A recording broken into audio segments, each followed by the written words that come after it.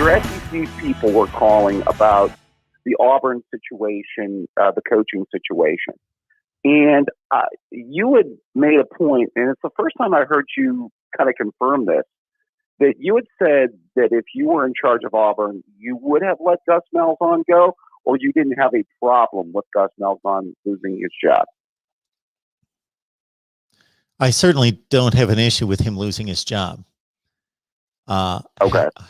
Would I have let him go? Yes, I would have let him go by now. Okay. Yes. Oh, okay. Okay. I don't think it's a ridiculously horrible job that he did, that there's no question that he should have been let go. I can also listen to the argument defending his tenure and that he deserved a little bit more time. I do think it's a difficult decision. I think he did a capable job. He didn't do much more than a better than average kind of job. He didn't do, as we state all the time on here, he lost 4 to 5 games every year he was there after the national championship game run. Right.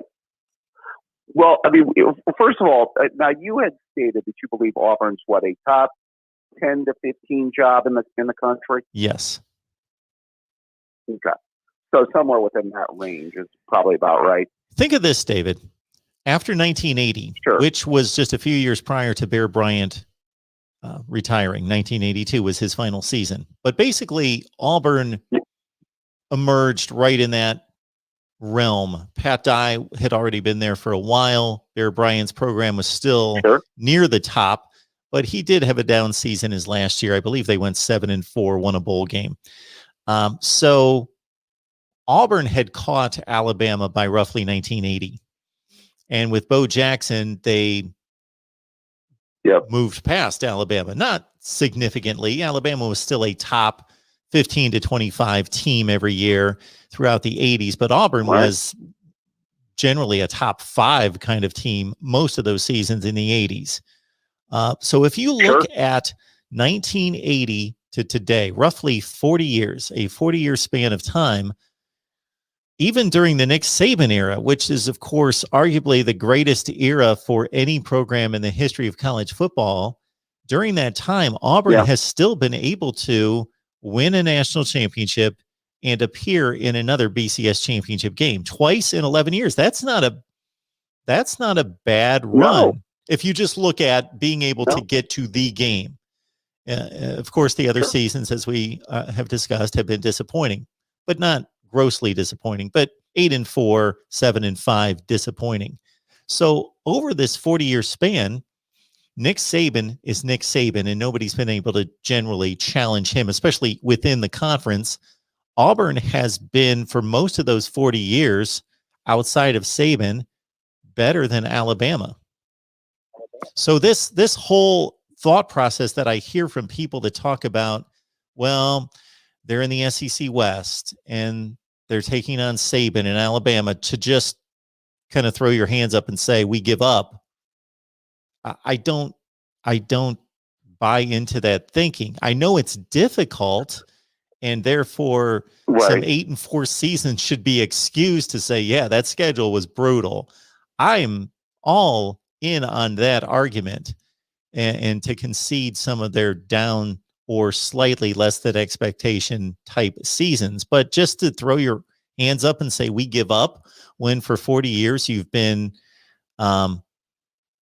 most of the time, more than half the time, better than Alabama, I just don't buy that mentality.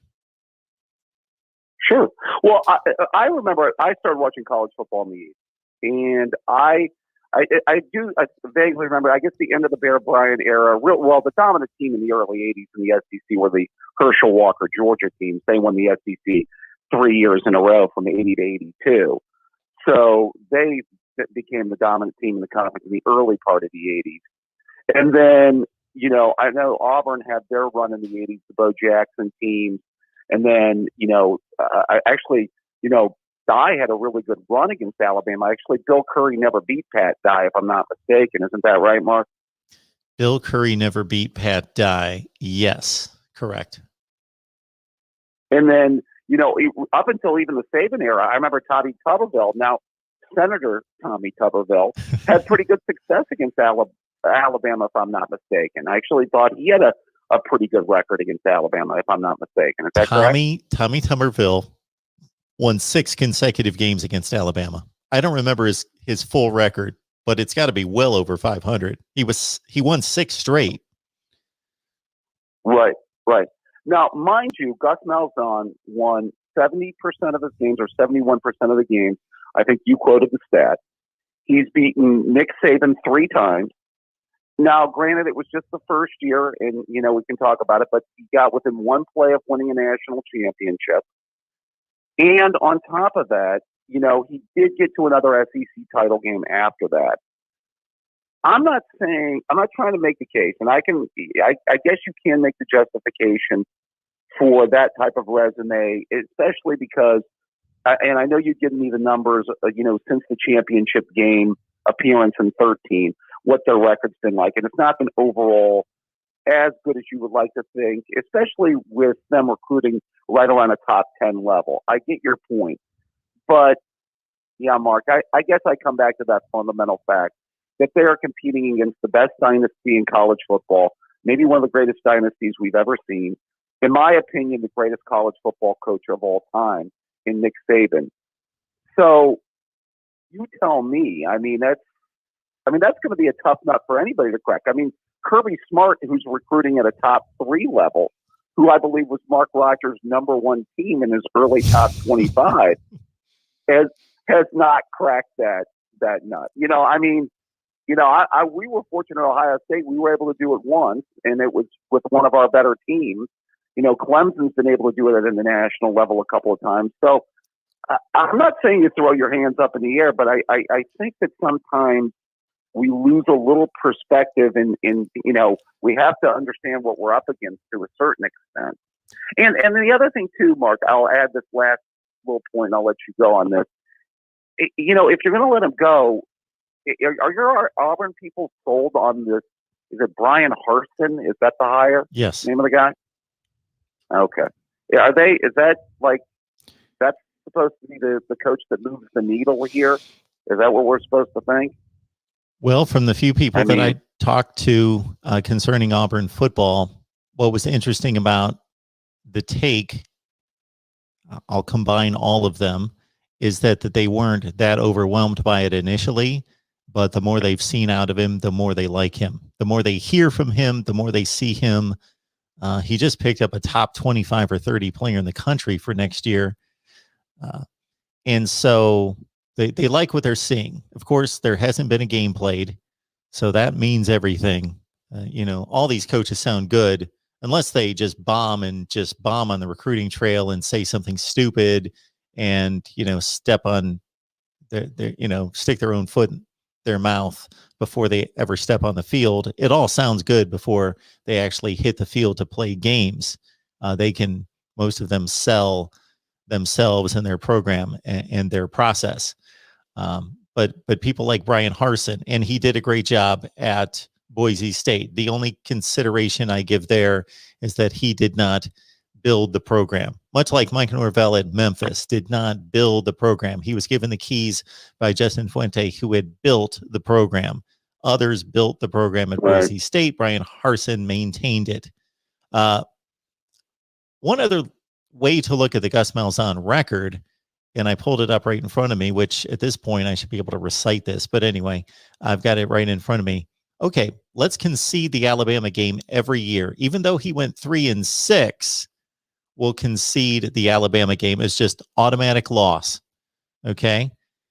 You take the Alabama game out after the BCS championship game, and he still is 8-4, 7-5, 8-4, 10-3, 8-4, 9-3, 6-3.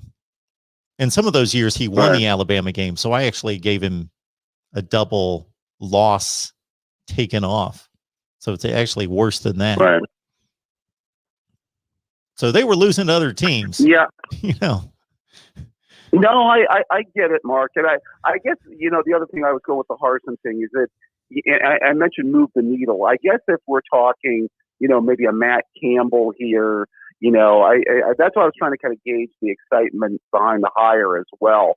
If you're able to bring in a name like that, who I think, is the next, if he can get to a major program, I'd be really excited to see what he can do. I'm sure a lot of people would, but that would be somebody that I could understand. Okay, well, we've got this guy now that maybe, because, it's, you have to understand who you're replacing it with too. And, time will tell. And, they're in a certain region of the country. They'll be able to recruit. So, we will see. But sometimes, the grass isn't always greener, as they say, Mark. For sure. Well, thank you so much, David, for the call. I'm going to get to these other ones. Right. Have a good night. Well, pleasure as always, Mark. You take care of yourself. All right, let's get to another call here. And in the meantime, we've got a score in from spring training. Let's see. I believe I've got it here. Final score from Florida. Washington 9 and the New York Mets 5. Okay, just wanted to get that in. All right, it's the voice of college football. Who's on the line? Hunter from Alabama. Hey, Hunter. How are you? I'm good. You? I'm doing just fine. I hope that you were able to pick up on that score. We've got a final spring training score being reported here in the live chat. Nats over the Mets 9-5. Well, I was kind of listening to your and his back and forth conversation about Alabama and Auburn. This is what I pay attention to all the time. So I can shed a little bit of a light, I guess. I think I told you this before, I think Auburn could have hired somebody better. The question is, who would be that better hire, given the market at the time that they fired Mel Long? Who could they have hired other than Brian Harsin this season? Well, all we need to do is look around college football and see who's been hired. They could have hired and maybe possibly plucked away somebody else, like the Clemson offensive coordinator, Tony Elliott, or many thought that they would be able to get Chatwell from Coastal Carolina or Napier from Louisiana. They were hot commodities. They were being talked about.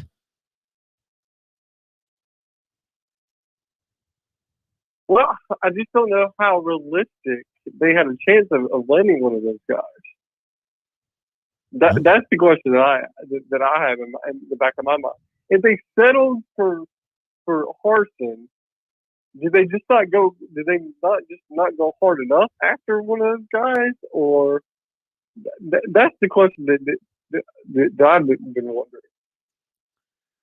I think we also need to consider, though, Hunter, how many top-notch programs hire head coaches who have not proven anything at the Power 5 level or maybe anywhere in FBS football as a head coach, but they still are impressive hires. So this guy won at Boise State, which is a well-established top-tier program on its level. And, there are guys like Lincoln Riley and David Shaw and Ryan Day, guys like that who have ascended to top-notch programs around college football. And what did they do at the Power 5 level or the head coaching level before they got those jobs?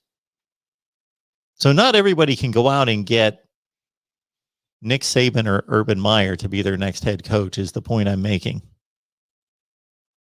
Well, I don't think anybody really expected Saban to be able to do what Saban's done at Alabama. I don't even think that was. I mean, there's always an expectation Alabama to win. I just don't think anybody expected Nick Saban to be this dominant. So he's kind of an anomaly there. Sure. Because I don't think many people expected that. After, so yeah, you're right. My thing is living in the state of Alabama and being a big SEC fan. I want Auburn to be good because then it just makes Iron Bowl better. It's one of the most highly rated games every year, regardless of of who's doing what in that in that year. Um, it's just one of those things where you know Auburn hasn't been able to get back to what they had during that 2013 season, and being able to pull off any. Sure, they beat Alabama a couple times, but they've not been able to be consistently good year in and year out. And I don't think. I think that what Auburn really screwed up was firing Tuberville when they fired Tuberville. I thought that was a mistake when they fired him. I would generally agree. It's hard for me to go back now and remember the situation, but I thought he had a very underrated run at Auburn. Very much that he had a underappreciated run at Auburn. They, again, can you imagine an SEC champion that's undefeated not getting a shot to win a national championship? So they will go down in history as being most likely the last. And that's not his fault. He did everything he could.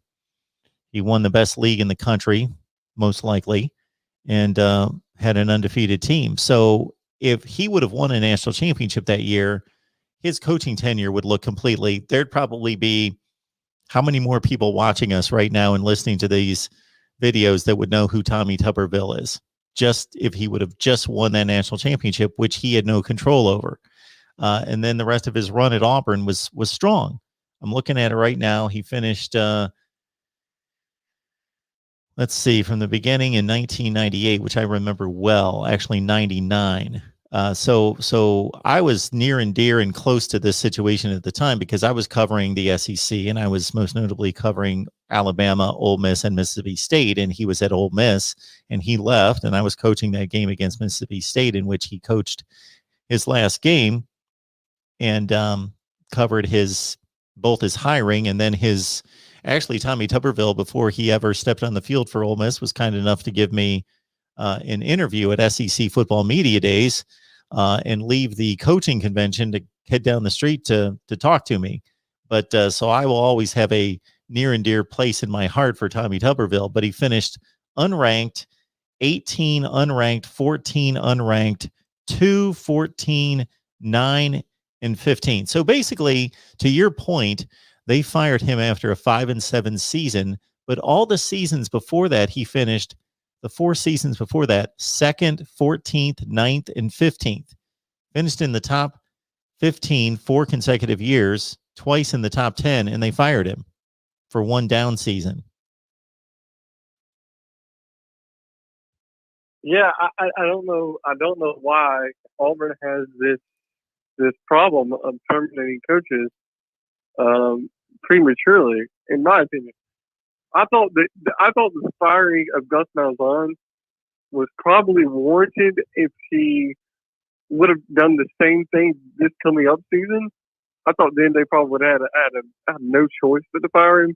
But I didn't think they should fire Gene Chizik either as early as they did.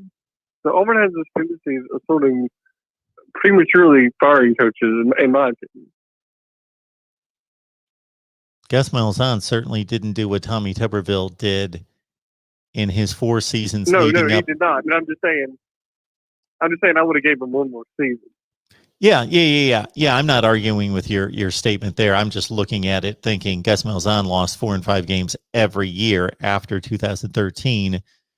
In Tuberville's last 4 years before, again, the bad season that he had to get fired at 5-7, he went 13-0, 9-3, 11-2, 9-4.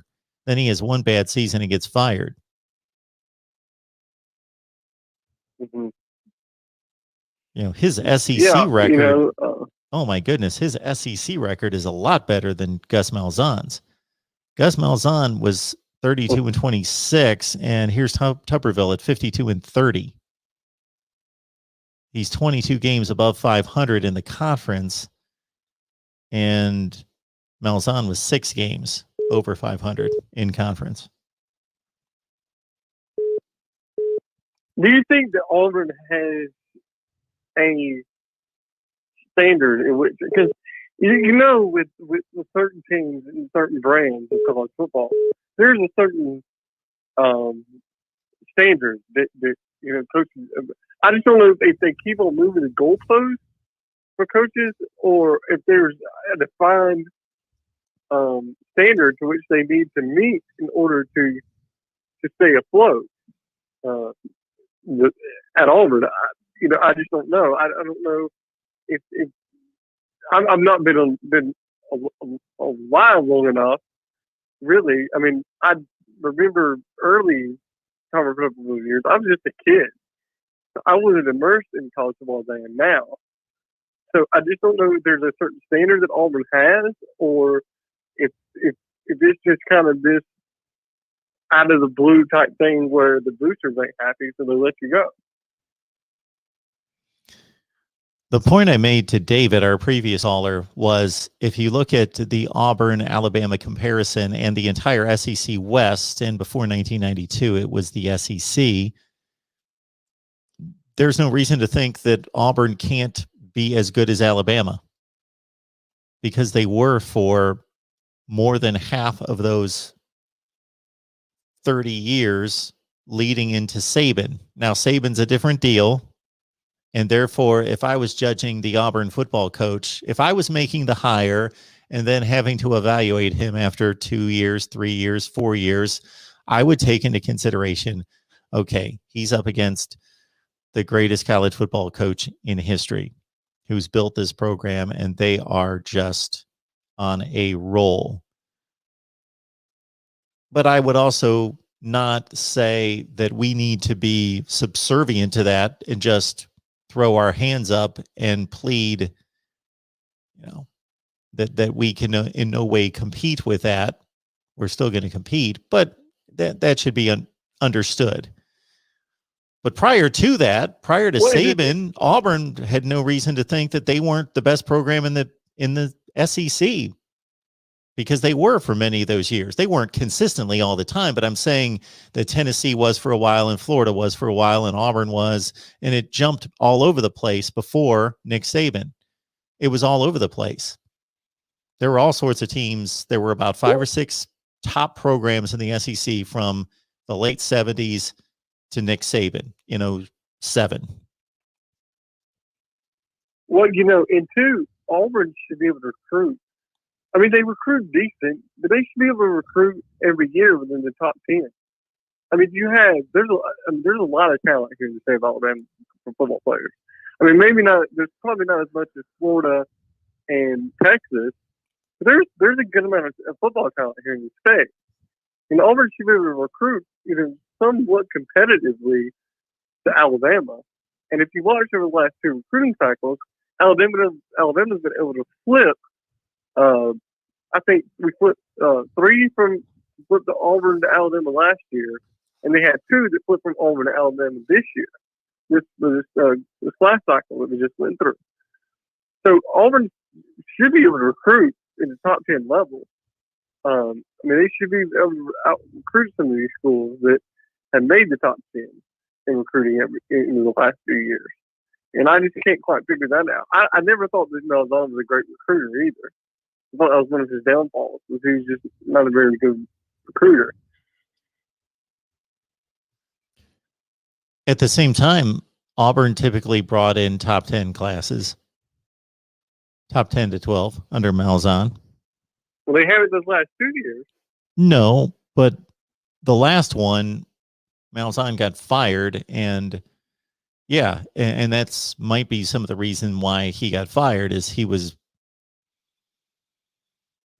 this last recruiting class, yes, was a big letdown.